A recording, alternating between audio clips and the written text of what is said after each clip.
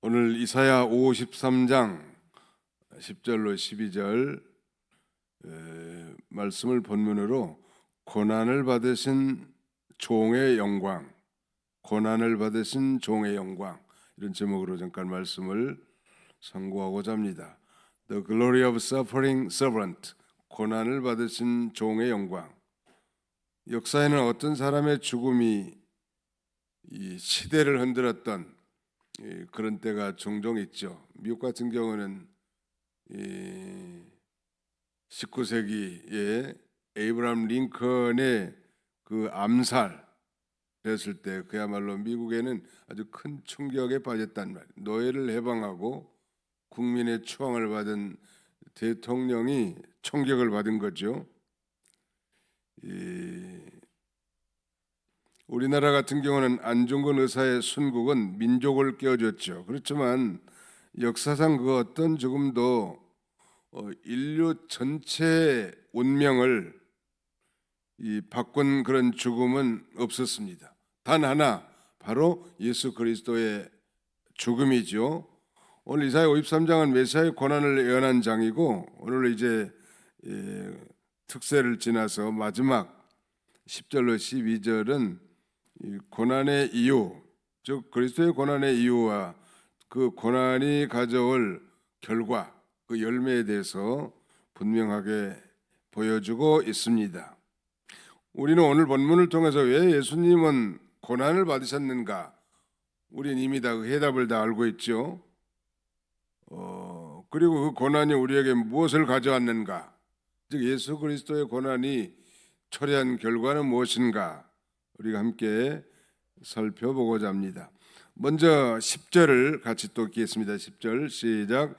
여호와께서 그에게 상함을 받게 하시기를 원하사 질고를 당하게 하셨은즉 그의 영혼을 속건 제물로 드리기에 이르면 그가 씨를 보게 되며 그의 날은 길 것이요 또 그의 손으로 여호와께서 기뻐하시는 뜻을 성취하리로다.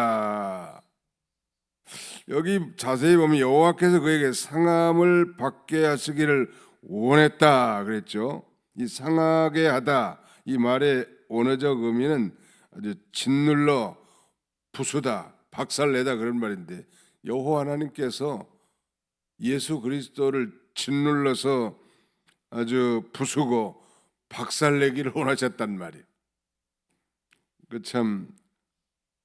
그리고 그렇게 또 말씀하십니다.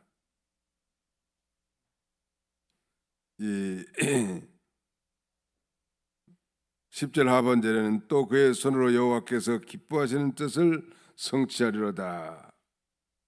원하셨다는 거, 아주 짓눌러 부수고 박살내기를 원하셨다는 건 아주 여호와 하나님이 이 메시아, 즉 예수 그리스도의 고난 받는 것을 아주 주도적으로 행했다는 거예요.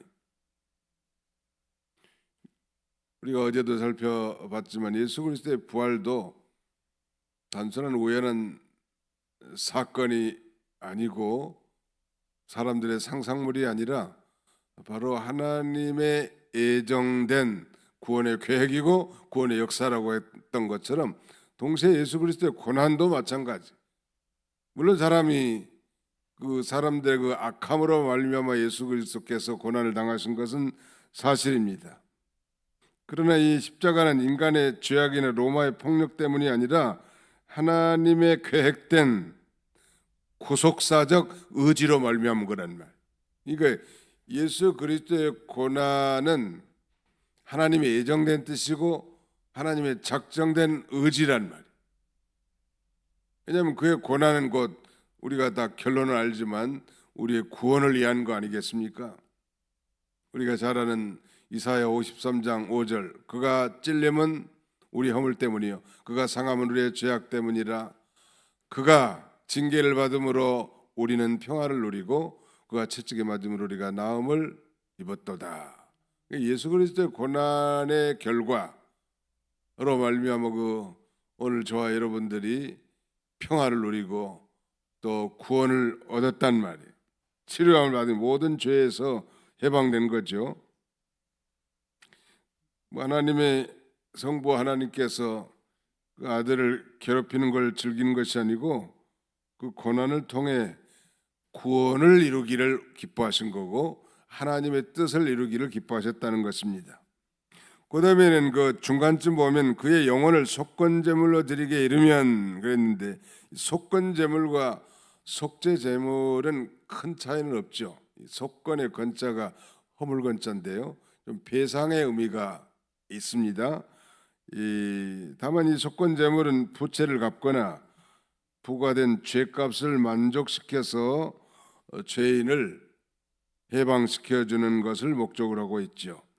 그런데 그의 이 고난을 통해서 그의 영혼을 속건제물로 드리게 이르면 그가 씨를 보게 되며 그의 날은 길 것이요 그랬습니다. 씨를 본다는 것은 우리가 짐작하는 대로 그의 영적 후손, 오늘 저와 여러분들이 바로 예수 그리스도의 상함을 통하여 맺어진 씨들이고 열매들이.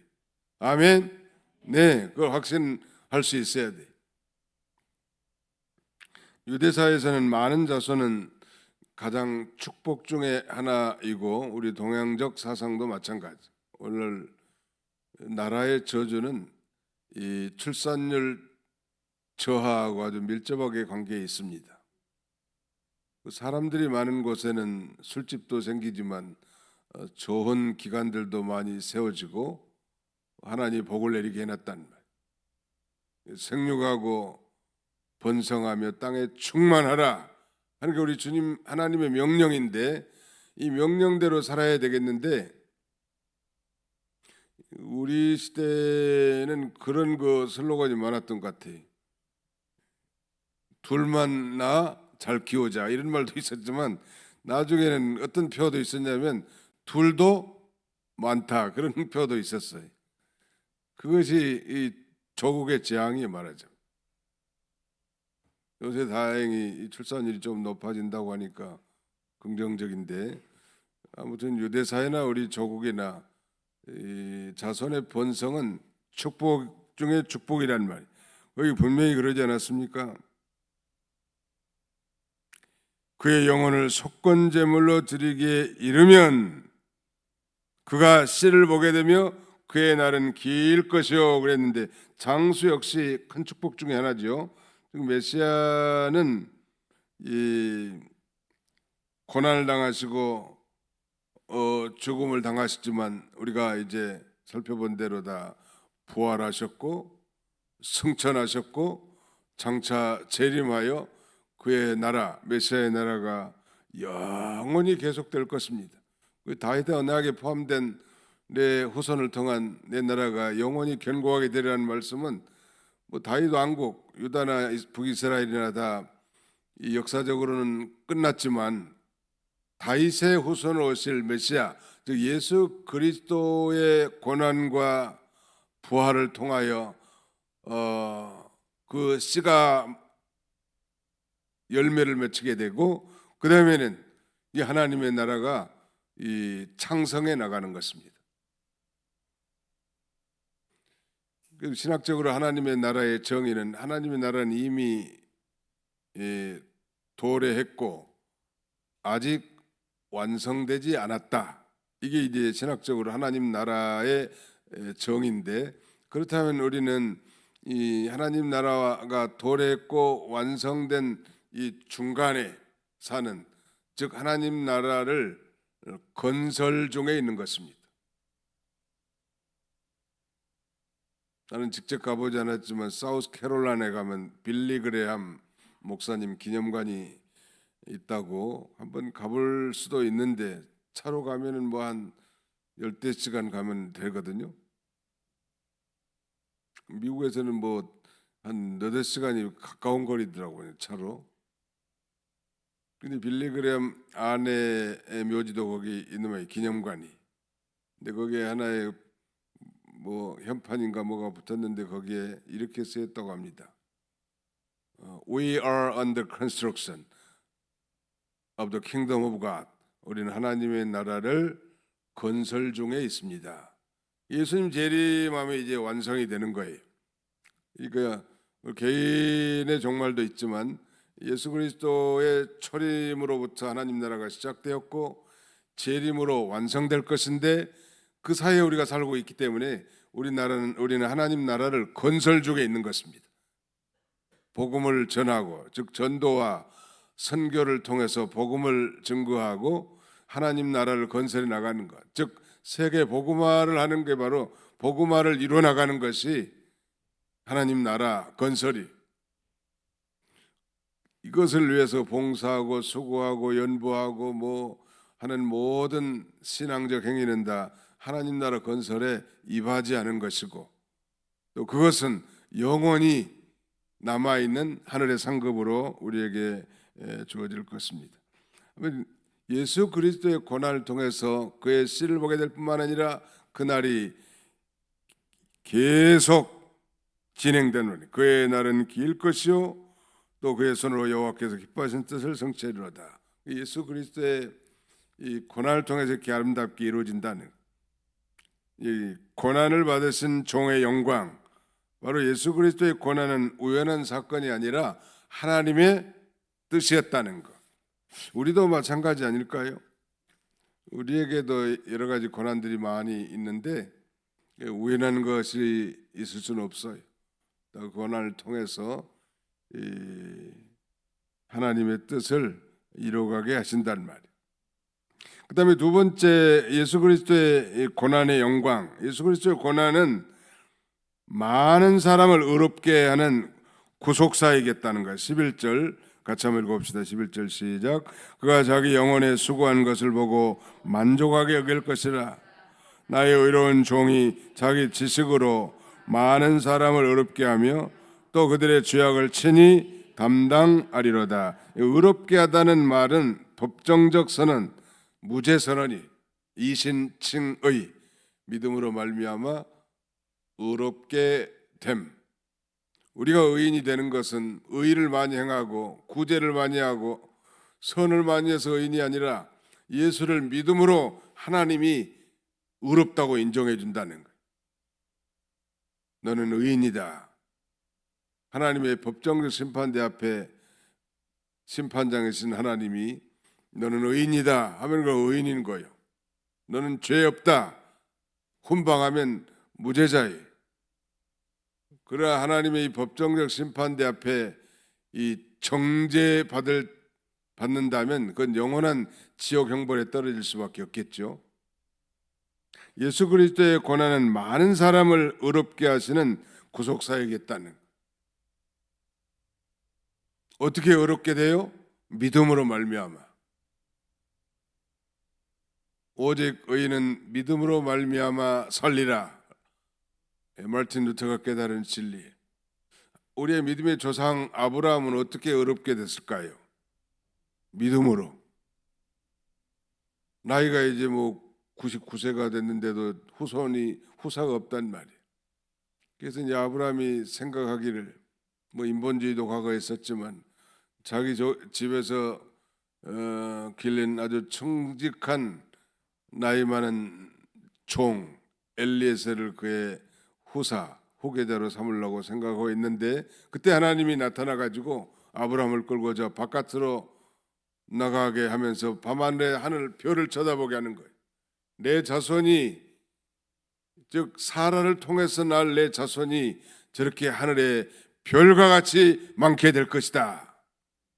아니 늙어 경수가 끊어지고 자신도 나이가 99세고 바라볼 수 없는 그런 상황인데 하나님이 그렇게 말하니까 아브라함이 아멘 그런 거예요. 한번 해봅시다. 아멘. 아멘 하면 이루어지는 거예요. 우리 그 잘 들은 예화가 있잖아요. 시어머니하고 며느리가 하도 임신을 안 되니까 우리 며느리가 임신이 됐으면 좋겠다. 목사님이 설교하는데 부흥사가 아예 자기 며느리가 아멘 해야 되는데 시어머니가 아멘 해가지고 시어머니가 임신했다는 웃지 못할 얘기 있지 않습니까? 아멘의 효과예요.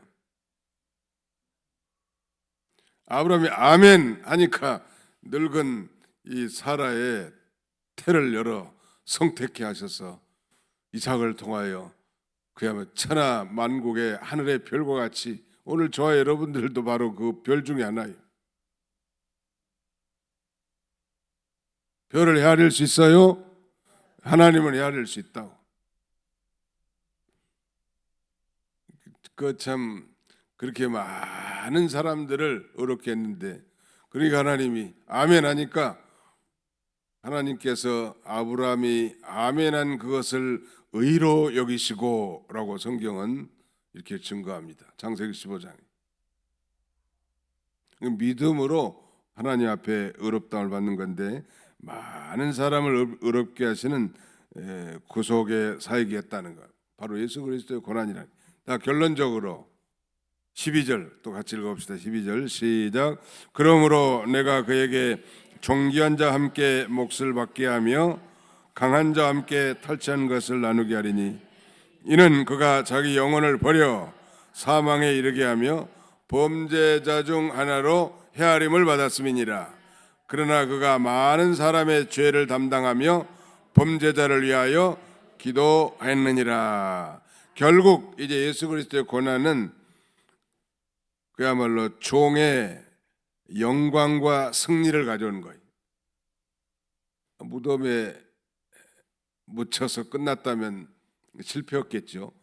그런데 죽은 자 가운데 3일 만에 부활하시고 승천하시고 마침내 하나님 보좌 우편에 올라가신 주님, 마치 그 전쟁터에서 승리한 장수가 전쟁터에서 빼앗은 물건들, 전리품들을 나눈 그 승리의 기쁨을 여기 12절에 말씀하고 있는 거예요. 그러면 내가 그에게 존귀한 자와 함께 몫을 받게 하며 강한 자와 함께 털찬 것을 나누게 하리니 그랬죠. 그러므로 하는 건 이제 12장 전체 53장 전체 결론이라고 할 수 있겠죠. 고난은 그런 면에서 끝이 아니고 영광의 시작이라는 거. 이 고난받는 종의 영광과 승리를 여기 지금 말씀하고 있는데, 그 승리는 바로 종 자신의 전부를 다 바쳐서 얻은 결과예요. 그랬잖아요. 그가 자기 영혼을 버려 사망에 이르게 하며 범죄 중 하나로 헤아림을 받은 그 결과가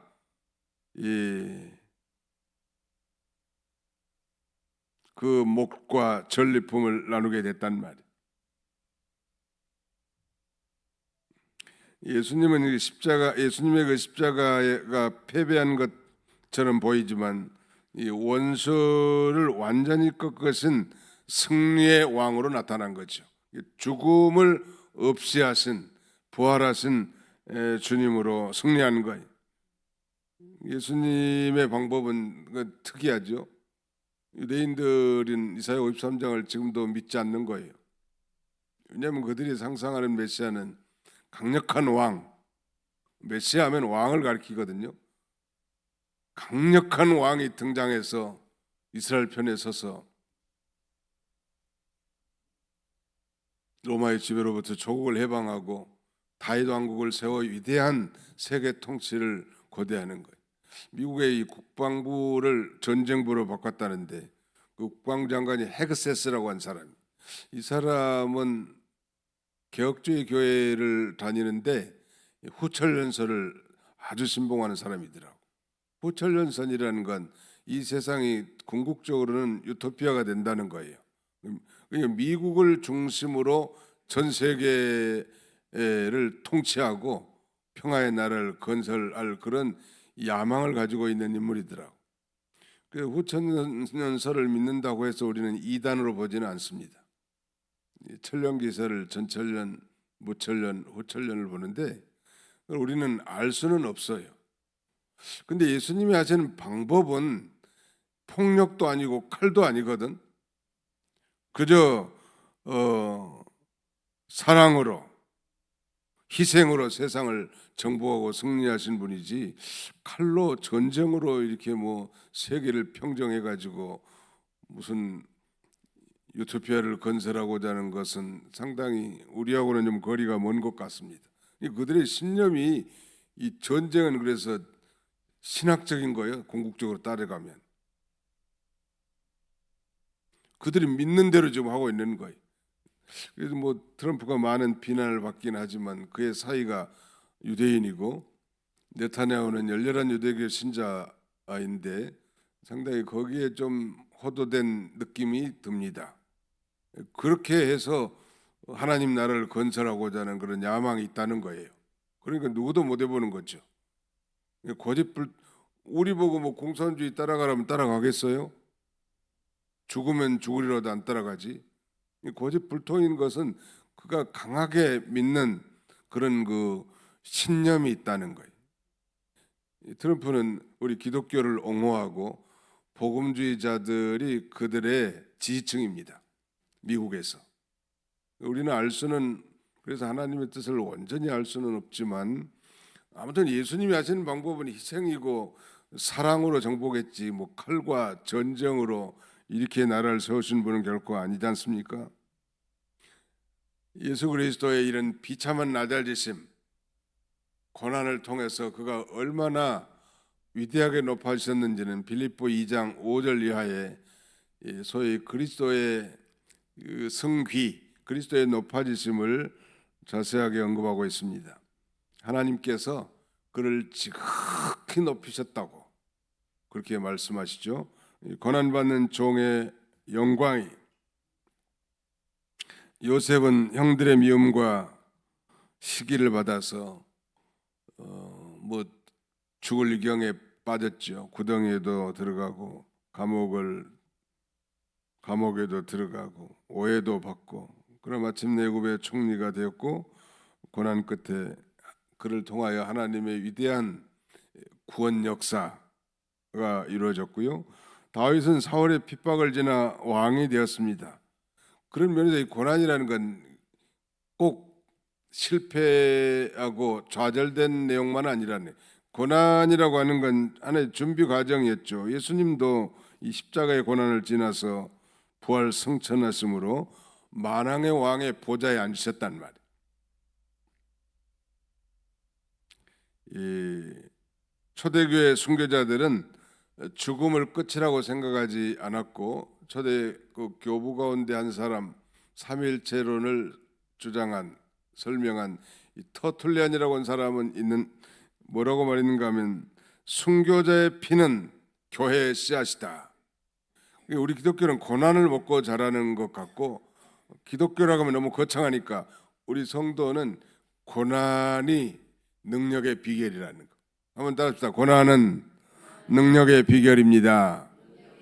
여러분들이 교회 봉사와 섬김과 전도와 선교하는 모든 일에 고난을 당하면 당할수록 능력 있는 그리스도인으로 세워지고 성령이 충만해서 환경의 호불호와 상관없이 재산의 다소와 상관없이 조건의 형통과 불형통에 상관없이 항상 심령의 천국을 누리며 만족한 삶을 사는 거예요. 재벌이 만족하고 행복하나요?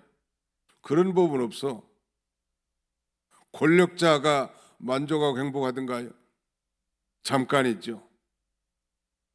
예수님을 믿고 예수로 말미암은 고난을 당한 자에게는 하나님이 심령의 천국을 이루게 해줘서 세상 거하고 아무 상관없이 이 세상에서도 천국을 누리며 살아갈 수 있게 해준다는, 이게 우리 기독교의 패러독스, 역설이라고.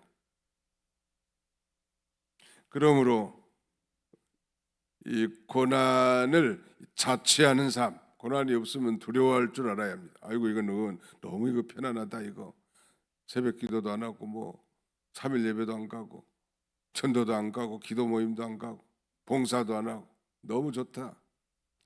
일주일에 한 번 모여서 그냥 맛있는 음식 먹고 엔조이 하면서. 미국 사람들도 보니까 그 사람들은 이 신앙의 깊이는 있지만 한 번 모이는 거예요.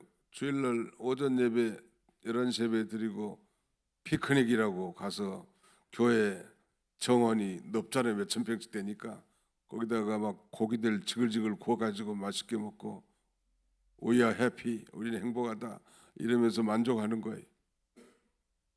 그러니까 신앙이 타락하는 거죠. 우리 한국교회는 이 세계에도 없는 새벽 기도를 만들어 가지고 청승맞게 고난을 자취하면서 세계 맞춰 가지고 새벽 기도를 한번 빠지면 양심의 찔림을 받기도 하고 내가 이래서 되겠냐고 자신을 안따라면서 누구를 하나님이 더 기뻐하시겠어요? 한번 생각해봐요. 예, 대한민국 아니라 주님을 위해서 고난을 저치하고 고난을 사랑하는 자를 하나님이 기뻐하신다는. 아멘. 네, 그리스도의 고난받는 이 종의 영광에 대해서 마지막 이사야는 성령으로 자기보다 700년 후에 이 땅에 오실 메시아 그리스도의 고난을 바라보고 성령으로 이렇게 기록했고, 이 기록이 오늘 21세기를 사는 우리로 하여금 바로 그 고난받는 종은 예수 그리스도라는 걸 우리가 확신할 수 있고, 그의 고난을 통해서 우리가 구원받았고 영원한 생명을 얻었다는 확신을 얻게 된 것입니다. 이런 복된 성도들 다 되시기를 주님의 이름으로 축원합니다. 하나님의 은혜를 감사합니다. 그가 찔림은 우리의 허물 때문이요 그가 상함은 우리의 죄악 때문이라. 그가 징계를 받음으로 우리는 평안을 누리고 그가 채찍에 맞음으로 우리는 나음을 입었도다. 예수 그리스도의 이 고난으로 말미암은 그의 씨가 되어 우리가 그 영광에 참여하게 되었사오니, 아직도 죄도 모르고 삶의 목적도 모르고 하나님도 모르고 천당과 지옥도 모르는 수많은 사람들, 여전히 보이는 것이 전부고 육신의 것이 전부고 돈이 전부고 이 세상의 전부로만 생각하는 이 많은 사람들 향한 이 부활의 증인으로서 우리가 살아야 할 터인데, 하나님 아버지 날마다 깨어 성령의 권능을 힘입어 우리 가족들에게서부터 우리의 삶에서부터 부활의 증인으로 살아갈 수 있는 우리 모두가 되도록 은총을 나려 주시옵소서. 우리 성도들 가정들마다 하나님 복 주시고 모든 자녀손들의 앞길을 하나님이 형통하게 하셔서 의인의 자손들이 걸식하거나 망하는 법이 없는 줄 확신하고, 아버지 이들을 믿음의 길로 인도하기 위한 우리의 기도에 열정이 식어지지 않도록 도와주시고, 우리의 인생의 진로에 복을 주시고 선호하는 사업에도 하나님이 용성하게 하셔서 우리 하나님의 이 뜻을 준행하기에 조금도 부정 없도록 우리 하나님께서 은총을 하려 주옵소서. 오늘도 우리의 모든 삶을 통하여 우리 하나님 앞에 영광이 돌아간 하루가 되도록 축복해 주시기를 원하옵고, 살아계신 예수님의 이름으로 기도하옵나이다. 아멘.